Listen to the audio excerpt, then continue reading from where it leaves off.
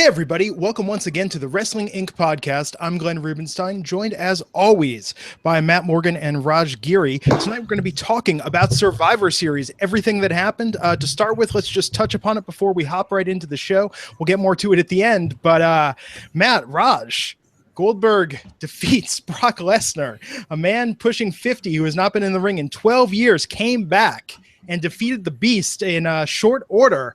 Matt, your initial thoughts about this? Duh. That's my reaction. Guh. Unbelievable, like in the literal sense. I didn't find any of that believable tonight. But they're covering for his, him being out of the ring for so long. Short match, in and out. Yeah, it was leaked earlier today, basically who would be winning. And I remember shaking my head in disbelief, when I saw that. And then I figured there'd be something screwy, some way to make Lesnar look strong. And then, Lesnar gets his win back down the road. But I wasn't expecting it like this. So, yeah, we'll get to it more later. But yeah, for Goldberg, a wrestler who has been called a man of few moves, he displayed all of those moves, and then the match was over. So yeah, we'll hop into that, and just want to let everyone know that this episode of the Wrestling Inc. podcast is brought to you by WWE Slam Crate, powered by Loot Crate. Tag into a bi-monthly box for the WWE universe, loaded with exclusive and authentic collectibles, plus apparel that you can't get anywhere else. Save $3 off your first box at lootcrate.com/Wrestling Inc. when you sign up and use the coupon Wrestling Inc. at checkout. That's lootcrate.com/Wrestling Inc. So let's dive into Survivor Series and the results, everything that happened. We opened up with the women's match. And just to start with, I thought it was very interesting the way that everyone got eliminated. There were some early eliminations that I didn't see coming, and that seemed like that was a theme tonight. That a lot of people you thought, that were just very over with the crowd made it out early. Real quick, Glenn, yeah. did you miss the pre-show? I did watch the pre-show. Oh. I felt like I missed it though, because it seemed like not much happened. I mean, Kane versus Luke Harper was something, and I thought the cruiserweight match was it did not really stand out to me. Did anything tickle your fancy with that? I thought the cruiserweight match was fine. Luke Harper and Kane was just time kill, but I thought the cruiserweight match was pretty good. In a lot of ways, I liked it better than the title match that was on the main card. What about you, Matt? Did you watch the pre-show? No. Yeah, and that's the thing. It's 2 hours long, Matt. Save 2 hours. Oh man. And that's the thing tonight, and I think that's part of the reason why maybe I was so shocked by the way that it ended, is that when I started watching the pre-show, I was like, okay, we're going to go through this, and it's going all the way to 11 p.m. Eastern. So I think everyone was expecting that match. I mean, WWE Storytime was on the schedule to start at 11 p.m. Eastern, so it was kind of amazing. We're on 10:30 p.m. Eastern. It's like, boom, copyright 2016 WWE, and it was all over. I think that just really changed the momentum, especially after that lengthy match that we had before. But starting off, so with the women's match, Matt, what were your thoughts on that? And then the way it sort of shook out, and then that turn on the end with Charlotte and Bayley. I didn't see that as a turn. I mean, I saw that as a natural evolution of their storyline. Yeah, exactly what you just word for word right there. That's exactly what it was. Very good. I liked the girls' match actually. I think anytime there's in-house fighting between two, once it happened in the men's match as well. And I know it's supposed to be expected, but now it's so passe to still be doing that. And you could argue, well, look, there's no real thing for these brands to be fighting for. Why should they team up and, forego their own, beef with someone, who on their own team? I see that point too, but it looks corny and it takes away from the match. They start to suck me in as it's this team versus this team. They blow it with that kind of stuff. And it happened a little bit in there as well, toward the end on Team SmackDown. But I don't know. I definitely did not see Nia Jax going out like that. That's for sure. Tapping out. Are you kidding me? That's the one way you do not let her leave that match. You have them all stack pin her, or I don't care what it is. Not that. Raj? Yeah, I thought the booking just all night was kind of screwy. I thought Nia Jax being submitted like that was weird. Charlotte and Kevin Owens were like the two champs that were somewhat protected tonight. And yeah, I thought Matt, that thing with Nikki Bella at the end. Did you think that was just an angle, or do you think Nikki really wasn't cleared before the match for something? Could be. It very well could be. But then I was thinking to myself, they kept inserting Natalia rather, sorry, in all like the talk show, whatever the hell they're called, Talking Smack, and the other stuff throughout the week as their coach, more than someone in that role normally would be. Do you know what I'm saying? So I don't know if that was planned all along or not, but it's going to be obvious that Natalya did it. Yeah, I think, my opinion. Yeah, I mean, storyline wise, that makes sense, but it seemed odd that it would be Nikki that would be taken out of the match if you're going to take someone out. You know, it seems like because Nikki's already got the program with Carmella, so you could have done that with Naomi or someone else, and then you have another feud going. So to me, it almost seemed like there was some reason why she wasn't able to wrestle tonight. That's a good point. Yeah, I mean, she's a star. It would have been one thing if Carmella would have been substituted or Naomi at the last minute, but I mean, Nikki is arguably the most, the biggest name on SmackDown in terms of women's wrestling because of Total Divas and Total Bellas. So it seems a little odd that they would have her be the captain of the team. And then, yeah, I mean, I see it setting up a storyline with Natalya, I think, going forward. But aside from that, it really seemed odd. So, Raj, to your point, I'll be curious if word leaks in the coming days. Yeah, I was going to say we'll hear that within an hour and a half. I would imagine. After I think by tomorrow. Yeah, for sure. Yeah. But Sasha Banks getting eliminated. What was she? The first Raw elimination tonight? Was she? I think so. It was Carmella, and then I think Sasha was the first. Did she eliminate Carmella? I don't remember the order, but I remember it was very surprising. I mean, I would not have thought that would have been the order they went in. I liked having Bayley get the victory. I think the thing with Charlotte, attacking her after, I mean, yeah, it definitely sets up that, okay, maybe Sasha's going to fade back a little bit. Bayley's going to have a storyline with Charlotte leading up to Roadblock in December. I mean, for Bayley, I thought this was all good news because she's been very sidelined, and I'm glad to see some forward momentum with her coming out of this. Yeah. But Sasha was not the first. She wasn't the first? No. Alicia Fox. Oh, that's right. And Alexa. Sorry. And then Naomi was eliminated too. Yeah, but they were very fast, those four happened. Right. Yeah. Early on. Yeah, I mean, I would have thought Sasha would have been one of the last standing. But again, this is great for Bayley. It's great for Bayley to get that call up. Yeah. Yeah. So I thought that was, a good way to start off the show. And we went from that. We had a backstage segment with Ellsworth, Mick Foley, and ending with Braun Strowman, which I thought put a nice little button on their history there at the end. Enjoyed that. I actually have to say, I enjoyed Gallows and Anderson doing something that was comedic, but in a clear sort of bullying role backstage. I thought that suited them better than a lot of the other attempts at comedy that they've been given since coming on. And after that, and it fed into what actually happened, it fed into the match itself and the angle they did with Ellsworth and Braun Strowman later. Yeah, and really, I have to say, overall, my opinion of tonight is I really like that this felt like a pay-per-view, with the exception of the Cruiserweight match, which had the ending, which we'll discuss. I didn't feel like there was a lot of filler. I didn't feel like there was a lot of stuff that sort of went nowhere. It felt very strong to me overall, perhaps more so. I'm trying to think the last pay-per-view that I like this much. I think probably this is definitely my favorite since Money in the Bank. I think was probably my the last one I thought that was this solid from start to finish. But after that, we had the IC title and Sami Zayn versus The Miz. Now, this was for control of where the Intercontinental Championship would go. Matt, what did you think of this in terms of how they ended it with the false bell ring and then The Miz rolling up Sami Zayn? It caught me. It caught me for sure. It fish hooked me. I thought that was the finish until you peel over there and you see her ringing the bell. I thought it was original. I thought it was different. I would have liked to have seen Zayn win, Sami Zayn win, but I applaud them for the finish itself as far as being creative, and Miz again being a chicken shit heel, and that's the only way he can win anything. But in the match itself, Miz stepped his game up huge. Miz, his work in the ring was top notch tonight.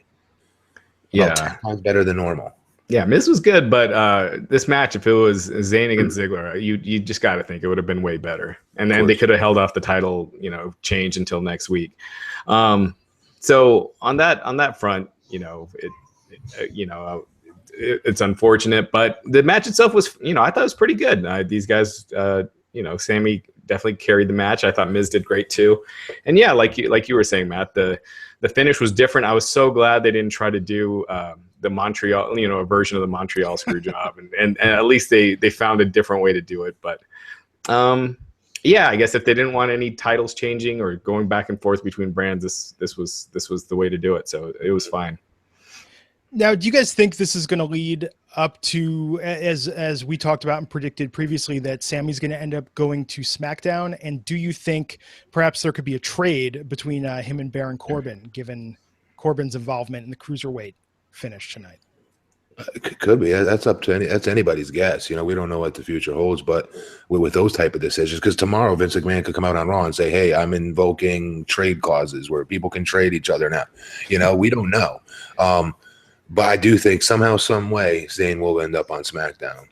Yeah, I think he's a better fit for SmackDown. I don't think they'd take Corbin off of SmackDown. I mean, it's Vince it's clear WWE they have plans for Baron, and they don't for Sammy, unfortunately. So I think it would be a kind of an uneven trade in that sense. From a in-ring standpoint, it's a very one-sided deal. But for how they view both of those guys on the pecking order, it's clear they have more plans for Corbin. Yeah, which is so? Even he didn't even have a match tonight. You really think that? He got pulled off his Survivor Series team match. Yeah, but he still was involved with the finish. He's still very protected. I think he's lost once, since he's been on SmackDown. So, since the brand split. So, yeah, I think them taking him out was just a way to, I almost wonder if it was just a way so they didn't have to beat him and they get Shane, in that match.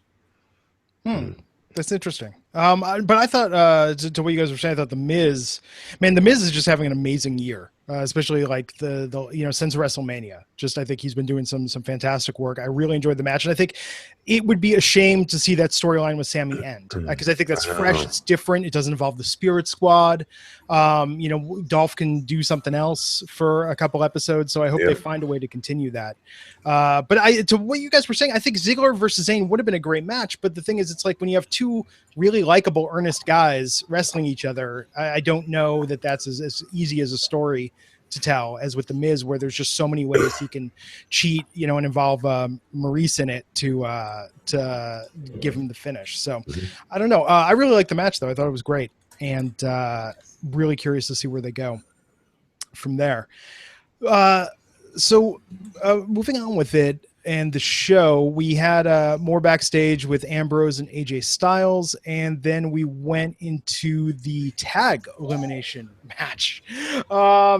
So, reading off all the teams, if anyone didn't know, we had Enzo and Cass, Primo and Epico, Gallows and Anderson, Sheamus and Cesaro, Kofi Kingston and Big E versus Team SmackDown, which was Slater and Rhino, Tyler Breeze, Fandango, Jimmy Uso, Jey Uso, Zack Ryder, Mojo Rawley, Jason Jordan, and Chad Gable. So with that was 10 on 10. I believe in that. Yeah. Fandango. So Breezango was the first eliminated, but then again, another early elimination for New Day. Kind of, I think throwing everyone a little off. Raj, what did you think of that match? Yeah, you would almost think like New Day's in the doghouse. They haven't won a tag match, since the beginning of October. And, it's like they're going to go break Demolition's record while losing every match along the way, So, it bugs me. I hate when champions aren't protected more. There was, when you're having Raw win, I could see why they wanted the Cesaro and Sheamus, but protect the champs and keep them in longer, not have them be the first ones out clean. And, just stop having them lose so much if you want those titles to mean something. So anyway, that just didn't make any sense to me. But, Cesaro and Sheamus, I thought that this match got good at the end when it came down to the Usos versus Cesaro and Sheamus. But until then, it was just standard by the number stuff. Yeah, Matt. SmackDown had too many people I couldn't care any less about, except for Gable and Jordan. I honestly, I echo every one of Raj's sentiments. Otherwise, So Mojo and his Zuba pants nope, didn't do anything for you? nope. I think he's corny as hell. Yeah, Mojo. Man. I'd just like to see Zubas making an appearance, keeping the dream alive of the late 80s. They're both stylish and comfortable. But I thought the match was all right. But yeah, it seemed like just too many people with that many there. And you're absolutely right, Raj, that when it narrowed down, it got a lot better. Just because they had a more manageable level of people. I thought it was interesting that the Usos remained, whereas American Alpha got eliminated. I thought that was interesting ordering. I mean, American Alpha, are they just hopeless at this point in SmackDown? I mean, what do you guys think about their standing? They came in just off such a high from NXT, and it seems like since then they've had nothing. I think just with the lack of teams that they've got to do something with them at some point. Who else? I mean, Rhino and Slater's running out of steam a little bit. So who else you got? I mean, you got the Usos, but they need a babyface tag team to work with. So I think you got to. Yeah. Mm-hmm. Matt, are you watching SmackDown week in and week out? No. I catch up at what I can. Yeah, it's interesting, but the tag team division there was really probably the weak spot. So it'll be interesting if the cruiserweights do end up making their way there, which we'll talk about in a minute. What happened tonight, because a big roadblock got tossed up in that way with the cruiserweights staying with Raw. We'll tell you all about that. But first, I want to take a time to welcome back to the show DDP Yoga. DDPY has changed countless lives, and many of the past and current roster have benefited immensely from it. We're talking guys like Jake Roberts, Scott Hall, Chris Jericho, and Mick Foley. Have you seen how good he looks lately? If you've been thinking about taking control of your own health and fitness going into the new year, DDP Yoga is having its biggest sale ever, their Black Friday sale, and it kicks off this Tuesday just in time. Leave it up to DDP to start a Black Friday on Tuesday. DDP thinks outside the box. Black Friday on Tuesday, you got to check it out. And when I tell you how crazy DDP is about the holidays, most people don't know anyone this crazy, but he's got a holiday train going through his house and Santa Claus figures everywhere. So he is simpatico with Mick Foley. I'm not kidding when saying that he's got portraits of Santa Claus and probably over 100 Santa figures throughout his house. So this year, he decided not only to make it the biggest DDPY sale he's ever offered, but he's created one of the craziest Black Friday videos that I've ever seen. And let's just say they somehow convinced Jake the Snake Roberts to be hoisted up in the air in front of a giant green screen. We'll have it up on Wrestling Inc. on Wednesday. And if you've seen A Wonderful Life, you can't miss this. For a limited time, you can get the DDPY DVDs for 25% off, plus 3 months of full access to the DDP Yoga Now app. Or if you're into digital only, you can get just the DDP Yoga Now app for 25% off. And the cool thing about their new app is that you can track more than just DDPY. By connecting it to a Bluetooth heart rate monitor, you can track your calories and heart rate in real time, whether you're at the gym, on your DDP yoga mat, or even while you're out mowing the lawn. All the fitness tracking features, including pain tracking, measurements, progress photos, and more, are completely free in the app, and you can also get 25% off all DDPY swag, t-shirts, hats, mats, heart rate monitors, hats, and autographs. So if you've been on the fence about starting DDPY, this is the best time to get on board. Head on over to ddpyoga.com/wrestling inc. Stop procrastinating and get started now with DDP Yoga. And we thank them for sponsoring the show. So let's talk about these cruiserweights and what happened there. One postscript quickly to the tag team match, though, and we'll talk about tomorrow night. But Sheamus and Cesaro are getting their title match against the New Day tomorrow. It'll be interesting to see how the New Day's fortunes fare going into Monday Night Raw. Finally at this point with an actual title match with actual stakes. But we did have the cruiserweight title match of Kalisto versus the Brian Kendrick, and this was determining where the cruiserweights are going to end up. Big takeaway from this match, I mean, I thought it was a fine little back and forth that they had between the two of them, but winner by DQ, the Brian Kendrick, because Baron Corbin out of nowhere came in, tossed Kendrick around, tossed Kalisto around, and it seemed to me like it kind of made the whole match moot. I mean, Matt, what did you think of this in that turn? I didn't think it made an ounce of sense other than Corbin coming back and saying, hey, look, I'm getting scratched for time as it is. You think I'm going to share it with a bunch of sawed-off midget piss ants? You got another thing coming, little man. And then pie-faced Daniel Bryan or something like that. But he didn't say or do any – like it was just like the hook. It was like 911 at ECW. That's the way I saw it. And it's a shame because – okay, granted, I get it. Brian slows the matches down, but that's his gimmick, and they did a great job with the beginning of bringing that match up with that promo. Loved that pre-tape with Brian, by the way. I thought that was awesome. But I know people want to see, especially you, Raj, you want to see the cruiserweight stuff, the high flying, exciting, what the cruiserweight division is supposed to be. I like that too. But I like, Brian's antithesis of it too, as well. I like him going the opposite end of it. What you do up there, I could do with my brain. I like that. But I just think that they bastardize the division once again by having someone come in and just literally bend over and take a dump in the middle of the ring on top of that entire division, because that's what that was. Yeah, I mean, this Vince does this all the time, and it was just a matter of time before how long he had a big guy come in and squash the cruiserweights, and we're what 2 months in at most. So yeah, I mean, they do this all the time, and again, what you were saying, Matt, I do want it. I feel like a cruiserweight match to stand out from the other matches of the show. They got to be a little faster paced and different. And I felt like for the most part, this match was worked like, any other match on the show, but but that being said, it was good. But the fact that it's not different enough, I just don't feel like the fans get into it. And they were just quiet this whole match. I feel like you got to get the title off of Brian Kendrick. I think Brian as a personality is great, but his style isn't doing the division any favors. I feel like you need to have some really fast-paced, high-flying stuff early on to really establish it as something different, and then you can, incorporate a little more with guys that don't work that style. Because you look back at WCW with like Eddie versus Ray and those matches, and how the crowd would just go nuts for those, and then you watch this, and it just feels dead.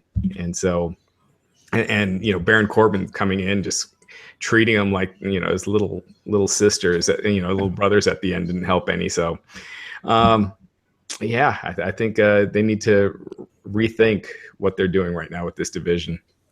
Well, what's interesting is, a lot of us that, we think we know a thing or two, the smart instinct. We're saying, oh, hey, 205 Live is going to be taping after SmackDown. So, of course, from a logistical point of view, the Cruiserweights have to go to SmackDown.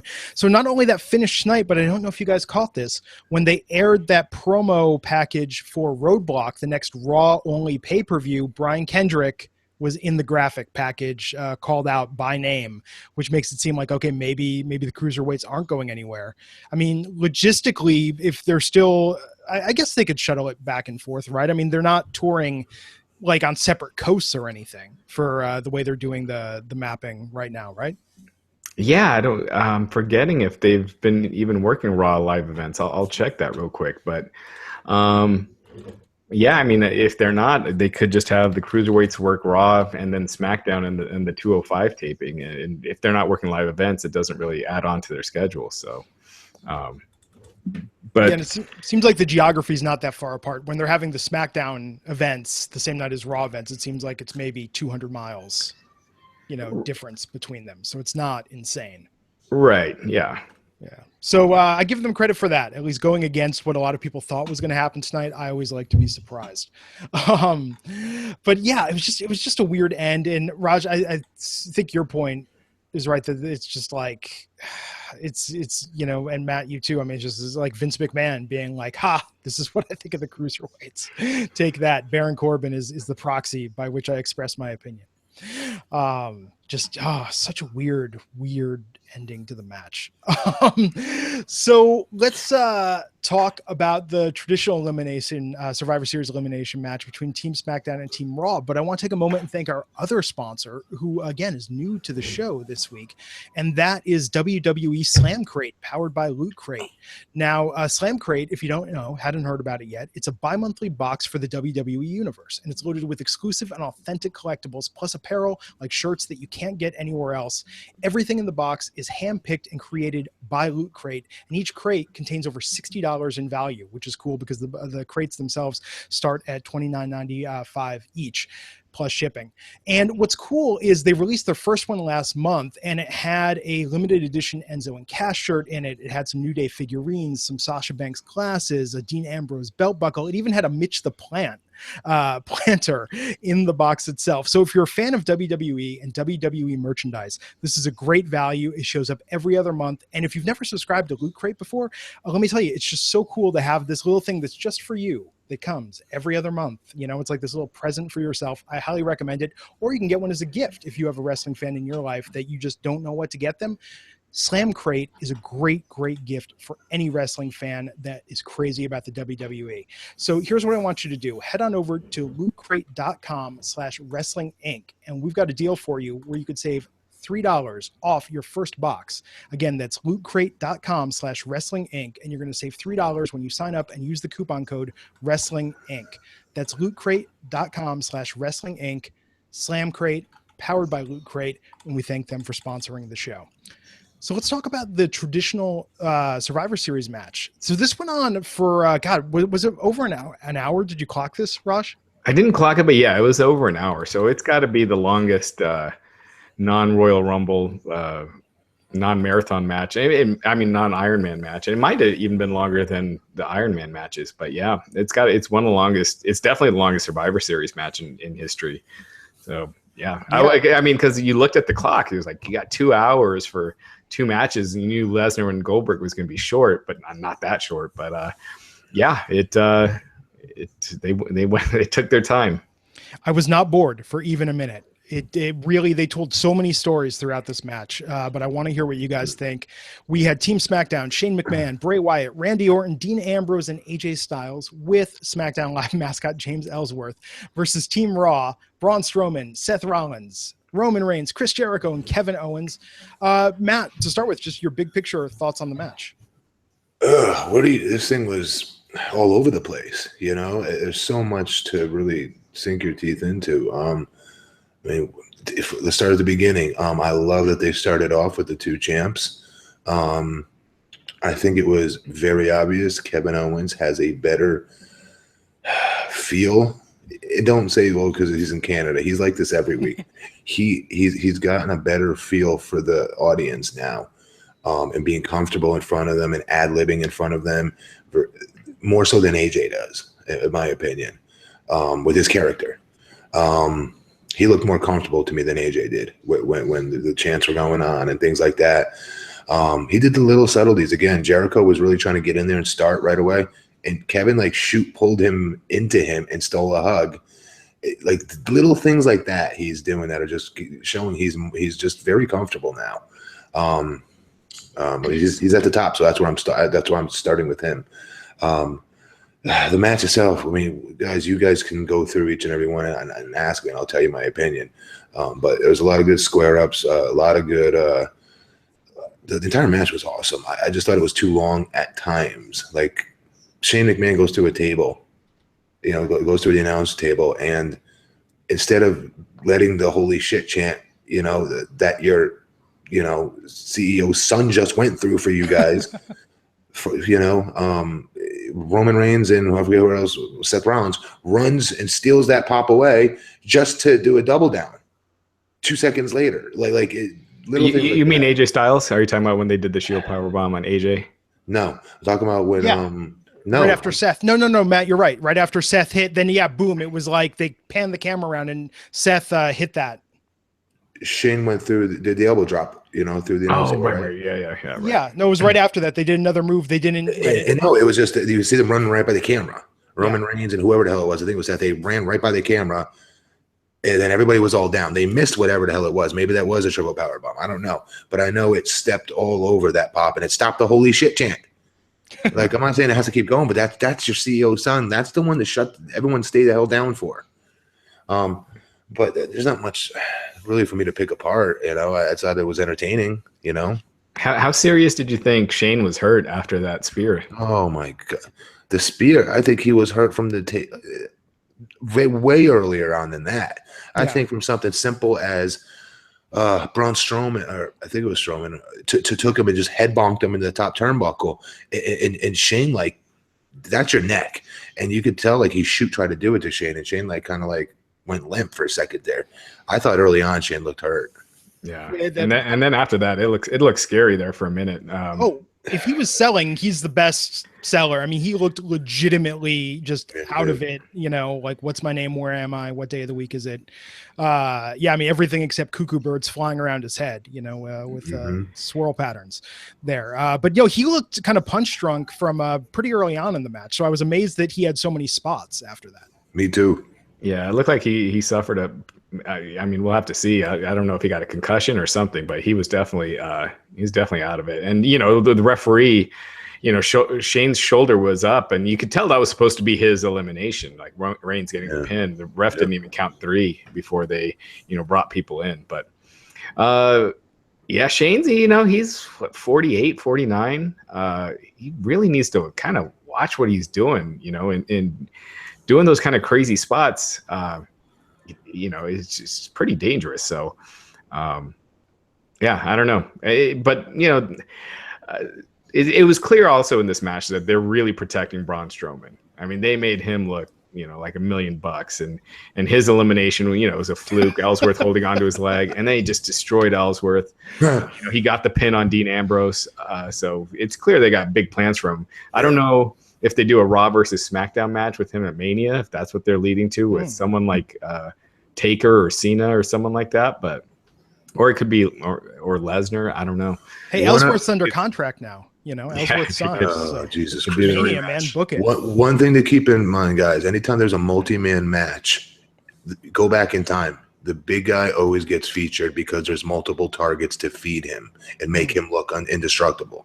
Like, you can go back and watch any big guy if he's the lone big man on his team, if you will. That's their high spot. That's our high spot, if you will. And I know he looked like a vicious monster and all that, but I don't know if that means that they have WrestleMania plans for him. I don't want to say that yet. Versus Taker, hell, come on. Yeah, I wouldn't do it. But, right. Yeah, I mean, I wouldn't do it, but they made him look like $1 million. One thing that was clear too is the 3 most over guys to the crowd were all heels. It was Jericho, AJ Styles, and Kevin Owens. The baby faces, they were chanting "stupid idiot" at Dean Ambrose. They're booing Reigns every time he was in there.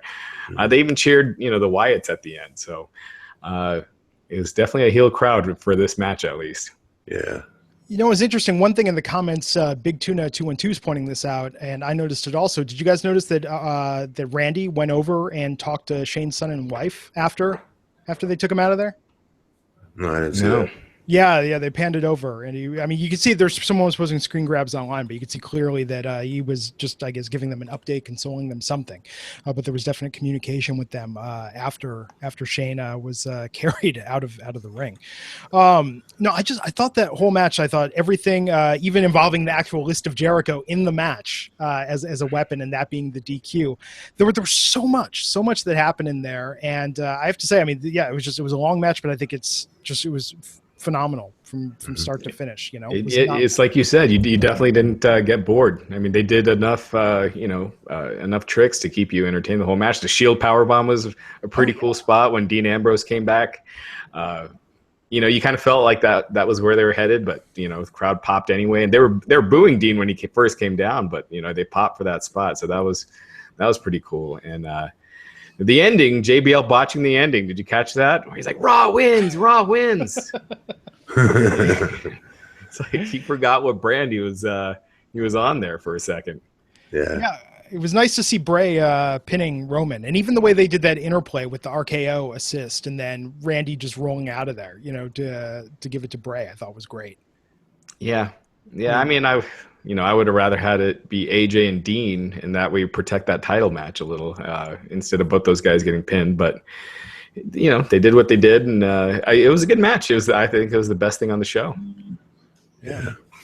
And I think this was demonstrable proof at an hour 15, which someone in the comments mentioned this match went, is why do wrestlers wet their hair? Well, look at Seth Rollins' hair towards the end when it was drying under the lights and getting all frizzy there. You could really tell that the match was so long that, he was starting to get, a bit of poof there.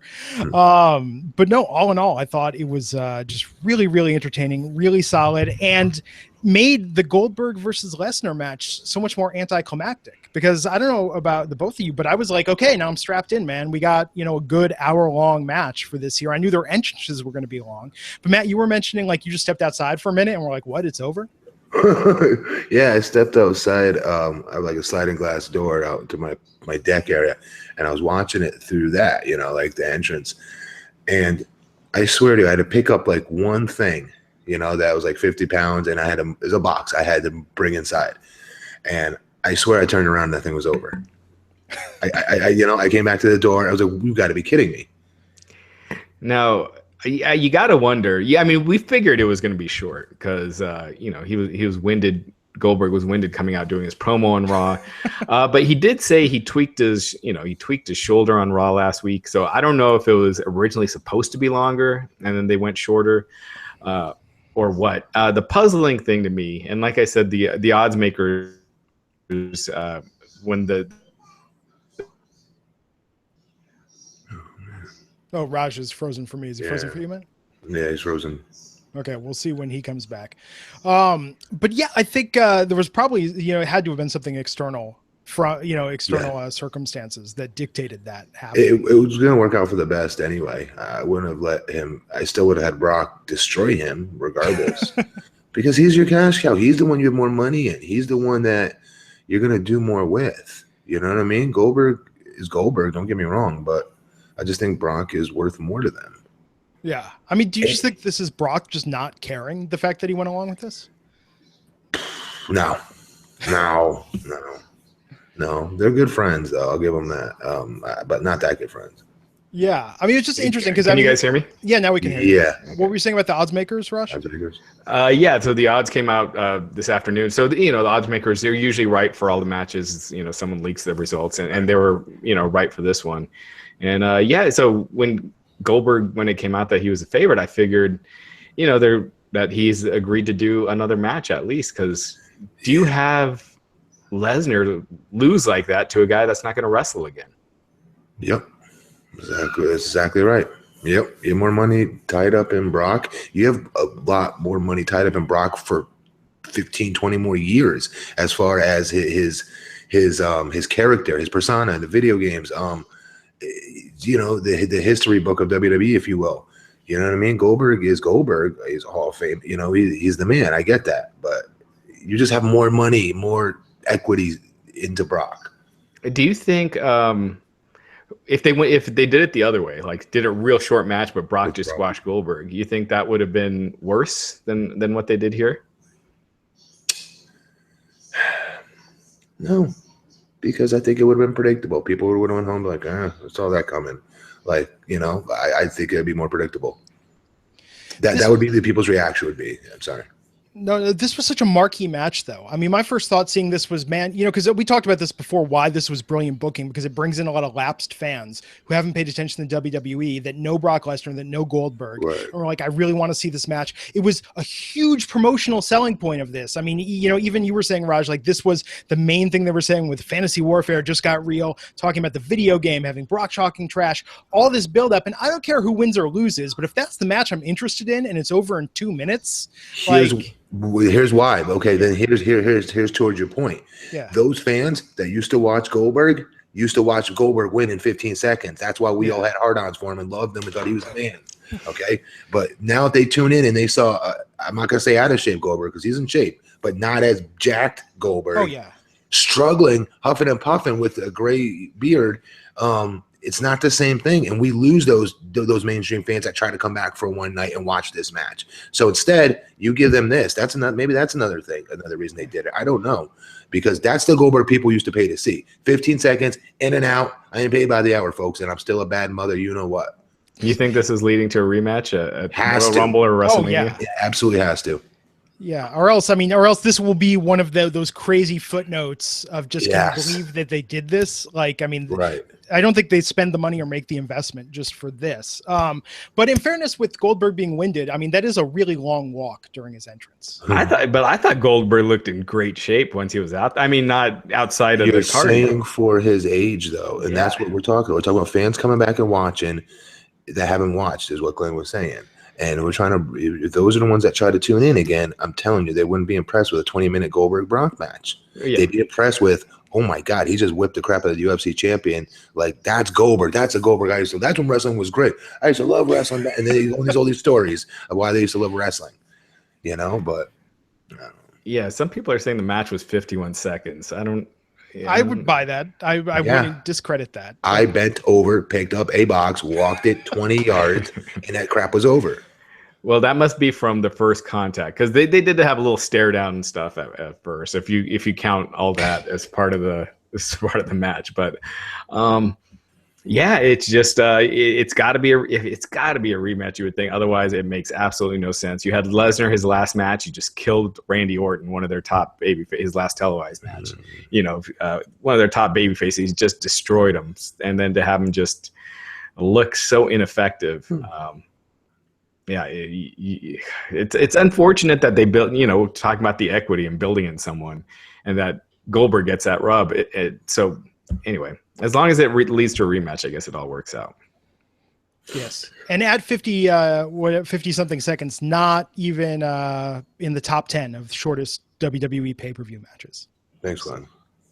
Yeah. Well, I had to check, but yeah, just, I don't know. I see what you're saying, Matt, that if I was tuning in just for Goldberg, that yes, this was nostalgia personified. So, I mean, that's cool. But yeah, if this doesn't set up something else, then, I mean, I don't know. Today's fan don't want to see that. I'm telling you guys, today's fan don't want to see Goldberg Brock go 20 minutes. They might say they do. 5 minutes in, they're going to chant, "This is boring." You have my word on it. Right, but you could have them go 5 minutes. Have them roll a little bit on the outside and then get back in, and you definitely don't need it to be long, but you didn't. Hopefully this is all part of a storyline. It is, and there's it definitely is. There's no way to the around madness. But I think a lot of people are I don't know if disappointed is the right word, shocked, but it got a huge response. I'll say that. Yeah, no, I even liked Heyman's reaction. It was great seeing him freaking out during it. So Raj, you know this, behind the scenes, what's the timeline to this? Because I mean, we first started hearing about it in early October, meaning like 7 weeks, but how long do you think Goldberg has known he had to get himself back in fighting shape? Well, TMZ, they first reported about Goldberg negotiating with WWE for a return. I think that was in September. But when they announced it was like shortly after the deal was done. So he didn't have much time. And I think, with the rematch, he works on his cardio, spends more time in the ring. I think it could be, very different. Yeah, that was my thought, was that they did this because he needs a greater period of time to work up to being able to go, for even a 10-minute match at his age and with the shape he's in. And again, he got hurt on Raw this past Monday night, so that could have had something to do with it too. Yeah. Now, Matt, I know we've discussed this theoretically time and time again in regards to people speculating about you, but if you felt like you were going to go back in the ring, now obviously, dude, you're jacked. I mean, you're in great shape, but what would you feel like just from a cardio point of view, going from whatever you're doing currently to like prepare for a return? It'd be very difficult. It'd be very difficult. Because I'm big and tall, I can work slow, I can kind of make the other guy go at my pace. But it still would be like getting through a friggin' war as far as my, breathing goes and cardio goes. The only way to do wrestling cardio is to wrestle. You can't do anything in the gym that compares to it. But yeah, it would be tough. It would be tough. I always say I need like 2 times in the ring before I can go out and wrestle, have a match. If I've been out for an extended period of time. Yeah. You've not been away for 12 years like Goldberg. Yeah, exactly. I couldn't. Yeah. Yeah. So maybe by the Rumble, and he's got, like 9 years on you. So I could think maybe by the Rumble, he'll be able to go a little longer than that. But I think that's probably the most likely reason for it. But I think to what you guys were talking about, people being disappointed, it all depends on how they play it tomorrow night. It's like they either turn this into the start of something brilliant or they just muddle it and everyone's confused and pissed off. Matt, you don't think this was a case of Goldberg saying, "Hey, if I come back, I'll come back, but I win." You don't think it was something like that, right? No, you kidding me? Brock just leaves places if he doesn't like things. No. Yeah. No. And another thing, and after what you saw tonight, if they do go with a rematch, and you know what, I honestly would not be surprised if this was it. If Goldberg is not doing another match, and they're just like, oh, we just want to make the fans happy, and we'll just have Brock going crazy after this. I would not be surprised. How many times does WWE do something that makes no sense? You're like, well, this will make sense later, and it never does. You know, it happens all the time. I have that fear. I do have that fear. Yeah, so I would not be surprised if that was Goldberg's last match. But if they do a rematch, are you excited? Does that excite you in any way? Superhero, like comic book wise, yes. Like, because that's what that was. That was just like, you know, Godzilla versus King Kong almost, like, and it ended in, you know, 51 seconds. I'd like to see Brock get his back, you know, at whatever pay-per-view that would be. I just don't know if I want to see them go more than 10 minutes, you know? But that's the thing. I mean, we talked about it before, and I think it's the problem with... I'm sorry, Matt, finish. Then you lose all that. You lose the superhero part of it. Goldberg has to stay down himself. You start to lose a little bit of that stuff. But I think that's the thing, kind of like Reigns versus Rollins or Cena versus Styles, is you get these guys that you've built so huge, and it has to be a Batman. It's like the movie Batman versus Superman. You don't go and see that, and it's like, oh, yeah, they settled it all in 5 minutes. It's like you want a half-hour superpower showdown, you know, to really prove once and for all who's best. So I think they have to be able to do something. I mean, I'm not saying they have to go that long, but I think, yeah, even 10 minutes with some interplay if they want to really to mix it up and have it be credible. And guys, if anyone missed that match, you can go to wrestlinginc.com now. It's up on the site, and they just didn't put the jackhammer, but pretty much the rest of the match is all there. So yeah, the match could go on Vine. That's how short it was. Yeah, exactly. So you can go there now and watch it in case you missed it. Well, I have to say, I thought overall tonight was solid. I really enjoyed it, especially coming on the heels of TakeOver last night. And I'm curious to know just sort of your final thoughts about tonight, Matt, and then also to know if you watched TakeOver, and we could discuss that a little bit. Tonight's thoughts, I thought I'd give tonight's again a 7.5, lower 8. You know, 8. I liked it. I liked the pay-per-view from top to bottom for the most part. I did. TakeOver, love TakeOver. I like TakeOver better. Again, I just did. Sorry. Yeah, I feel like more often than not. Actually, on pretty much every time now when they've done the NXT TakeOver the same weekend as a pay-per-view, I feel like the TakeOver specials have been better. You know, even WrestleMania always has its own thing because it's in a stadium and everything. But from an in-ring perspective, I thought TakeOver was better then. SummerSlam weekend, same thing, and tonight, so it's like 3-0 this year.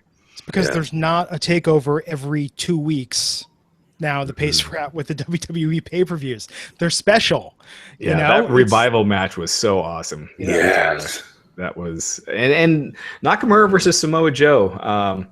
You know, they got the NXT tour in Japan coming up, so I'm guessing that they might switch the titles back there. But do you think this means that Samoa Joe is not coming back to the main, you know, coming up to the main roster anytime soon, or will they just wait till after the Japan show and then bring him back? That's a good question. I know that they've got to get him up there. He's not getting any younger. Nakamura as well. Their bump card is pretty high.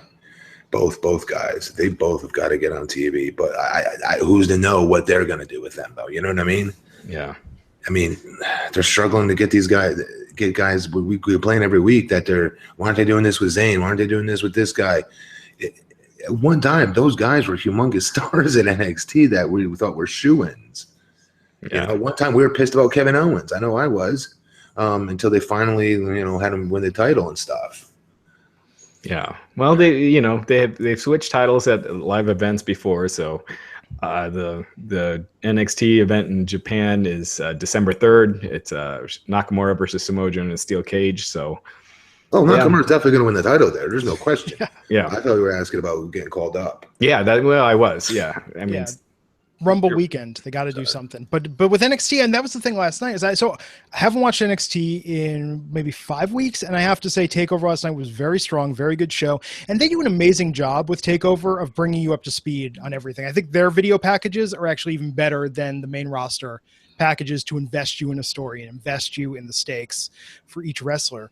I thought, man, Bobby Roode, that entrance managed somehow to top what he did at SummerSlam. In fact, I thought that stepped on and overshadowed even what they did with Shinsuke at the end of the night, with having all the violinists there in the ring.